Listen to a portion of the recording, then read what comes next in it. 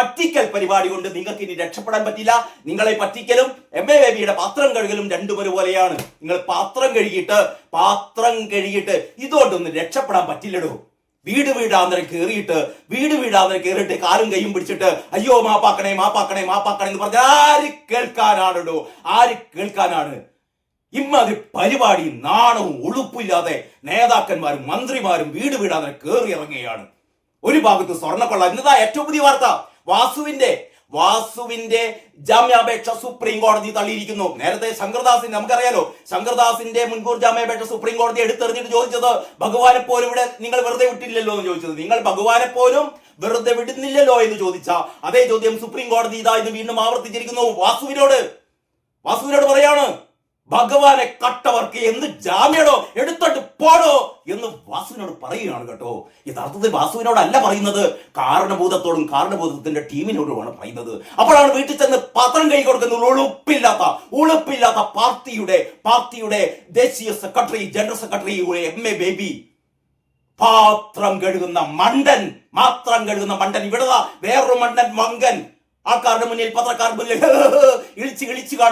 ഇളിച്ചു കാണിക്കുന്ന ഗോവിന്ദൻ എന്ന് പറയുന്ന ഒരു മണ്ട ശിരോമണി, സംസ്ഥാനത്തെ പാർട്ടി സെക്രട്ടറി ഗോവിന്ദൻ എന്ന് പറയുന്ന ഒരു മണ്ടൻ, അതിനേക്കാളും വലിയൊരു മരപ്പൊട്ടൻ ദേശീയ ജനറൽ സെക്രട്ടറി ആണ് അത്ര പാത്രം കഴുകാൻ പോകുന്നു. ഉളുപ്പുണ്ടടോ എന്ന് ഓരോ പ്രാവശ്യം ഇങ്ങനെ ചോദിക്കാൻ വിഷമമുണ്ട്. പക്ഷേ ചോദിച്ചുകൊണ്ടേയിരിക്കും ജനങ്ങൾ. ലോകത്തെവിടെയെങ്കിലും കേട്ടിട്ടുണ്ടോ 10 വർഷം ഭരിച്ചു കഴിഞ്ഞിട്ട് ജനങ്ങൾക്ക് മുമ്പിൽ അവതരിപ്പിക്കാൻ ഒരു കാര്യം പോലുമില്ല? കഴിഞ്ഞ 10 വർഷം കൊണ്ട് ഞങ്ങളിതാ നിങ്ങൾക്ക് വേണ്ടി ഇത്രയും കാര്യങ്ങൾ ചെയ്തിരിക്കുന്നു, ഞങ്ങളെ നിങ്ങൾ വീണ്ടും അധികാരത്തിലേറ്റുക എന്ന് തല ഉയർത്തിപ്പിടിച്ച് പറയണ്ടേ? ഞങ്ങൾ 10 വർഷത്തിനിടെ നിങ്ങൾക്ക് ചെയ്തിരിക്കുന്ന കാര്യങ്ങൾ 1 2 3 4 5 ഇതാ വീണ്ടും ഞങ്ങൾ അധികാരത്തിലേറ്റു എന്ന് തല ഉയർത്തിപ്പിടിച്ച് പറയുന്നതിന് പകരം അടുക്കളയിലേക്ക് കയറിച്ചെല്ലുകയാണ്. എന്നിട്ട് എച്ചിൽ പാത്രങ്ങൾ കഴുകുകയാണ്, അവിടെ കക്കൂസ് വൃത്തിയാക്കി കൊടുക്കുകയാണ്, നിലം തുടയ്ക്കുകയാണ്. ഉളുപ്പില്ലാത്ത അധമന്മാരായ പാർട്ടി നേതാക്കന്മാർ. എന്തൊരു നാടകം കളിയാണ് എന്റെ സഖാക്കളെ. നിങ്ങൾ വീടാന്തരം കയറി ഇറങ്ങുന്നുള്ളതൊക്കെ ശരി തന്നെ. വീട്ടിൽ കയറി ചെന്നിട്ട് നിങ്ങൾ പ്ലേറ്റ് കഴുകി കൊടുക്കുന്നു, അടിച്ചു വാരി കൊടുക്കുന്നു, കക്കൂസ് വൃത്തിയാക്കി കൊടുക്കുന്നു. എന്തൊക്കെ കാണണം. പറയുന്നത് MA ബേബി ഭക്ഷണം കഴിച്ചു കഴിഞ്ഞാൽ പ്ലേറ്റ് കഴുകാറുണ്ടത്രേ. MA ബേബി ഹോട്ടലിൽ പോയി ഭക്ഷണം കഴിച്ചു കഴിഞ്ഞാൽ പോയി കണ്ട് ഈ പ്ലേറ്റ് കഴുകി കൊടുക്കുകയാണ് ചെയ്യുക.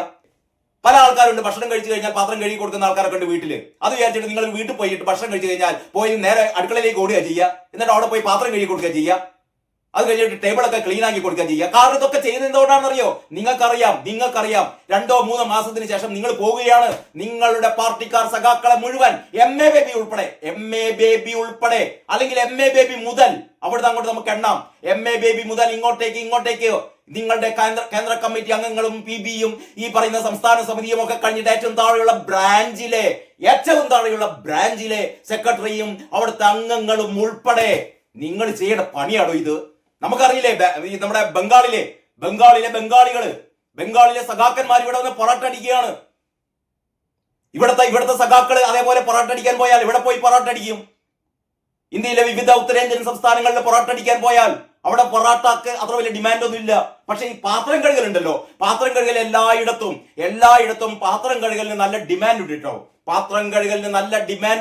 അതുകൊണ്ട് MA ബേബി ഒരു പരിശീലന ക്ലാസ് അടിയന്തരമായി തുടങ്ങേണ്ടതാണ്. കാരണം MA ബേബിയുടെ ഭാര്യ ഒരു ഫേസ്ബുക്ക് പോസ്റ്റ് കണ്ടു, ബെറ്റി പറയുന്നത് എന്താണെന്ന് വെച്ചാൽ MA ബേബി ഇങ്ങനെ സ്ഥിരം ഈ ഭക്ഷണം കഴിച്ചാൽ പാത്രം കഴുകുന്ന ആളാണെങ്കിൽ വലിയ പുതുമയൊന്നും ഇല്ല എന്നാണ് ബെറ്റി പറയുന്നത്.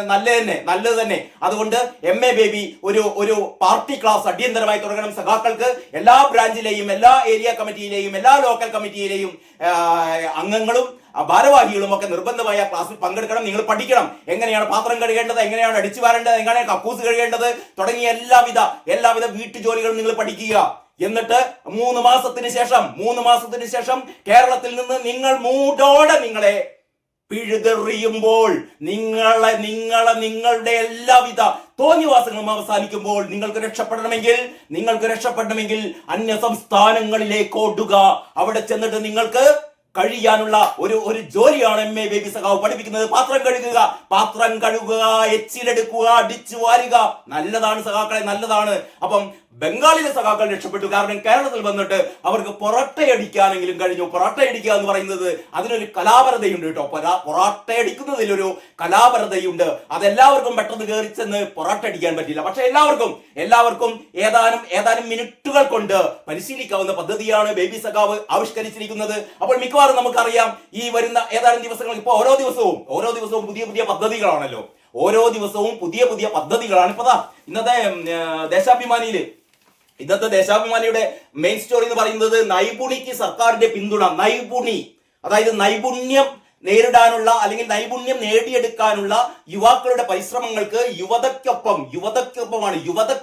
സർക്കാർ ഇത് പോകാൻ ആകെ 2 മാസം ബാക്കിയുള്ളൂ. ആകെ 2 മാസേ ബാക്കിയുള്ളൂ. അപ്പം പറയാണ് ഇതാ ഇനിയുള്ള കാലം മുഴുവൻ കേരളത്തിലെ യുവാക്കൾക്ക് ഞങ്ങൾ ഇതാ പ്രതിമാസം 1000 രൂപ വീതം നൽകാൻ വേണ്ടി പോവുകയാണ്. നിങ്ങളുടെ തൊഴിൽ പരിശീലനത്തിന് വേണ്ടിയിട്ട് കേരളത്തിലെ യുവാക്കൾക്ക് ആദ്യപടിയായ ഒരു 10,000 പേർക്ക്, അത് കഴിഞ്ഞാൽ നിങ്ങൾ ലക്ഷം ഇവിടുത്തെ യുവാക്കൾക്ക് ഞങ്ങൾ ഇതാ 1000 രൂപ വീതം പ്രതിമാസം നൽകുന്നു. ഇവിടെ നൽകാൻ കേട്ടോ ഇങ്ങനെ കണ്ണ് പൊടിയിടണോ സഖാക്കളെ? നിങ്ങൾ പോകുകയല്ലേ? 2-3 മാസം കഴിഞ്ഞിട്ട് പോകുകയാണ്. ഈ 2-3 മാസത്തിനുള്ളിൽ നിങ്ങൾ എന്ത് ചെയ്യാനാണ്? ഇതൊക്കെ നിങ്ങൾ ഭരണത്തിൽ വരുമ്പോൾ ആ കാലത്ത് നിങ്ങൾ ചെയ്യേണ്ട കാര്യങ്ങളായിരുന്നു.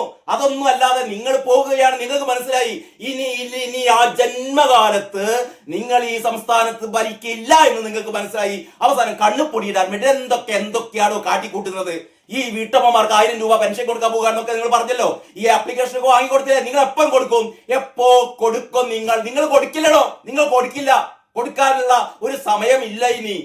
അതേപോലെ നിങ്ങൾ ഈ യുവാക്കളെ പറഞ്ഞ് പറ്റിക്കുകയാണ്. 1000 രൂപ പാവങ്ങള് ഈ അപേക്ഷാ ഫോം കൊടുക്കുകയാണ്. കിട്ടില്ല. എപ്പോ കിട്ടാൻ? കാരണം ഇതാ ഈ അടുത്ത മാസം കൂടി പിന്നിടുമ്പോൾ പെരുമാറ്റച്ചട്ടങ്ങൾ വരികയാണ്. പിന്നെ നിങ്ങൾക്ക് കൊടുക്കാൻ ആഗ്രഹിച്ചാലും കിട്ടില്ല. അപ്പൊ വെറുതെ പറഞ്ഞ് പറ്റിക്കുക.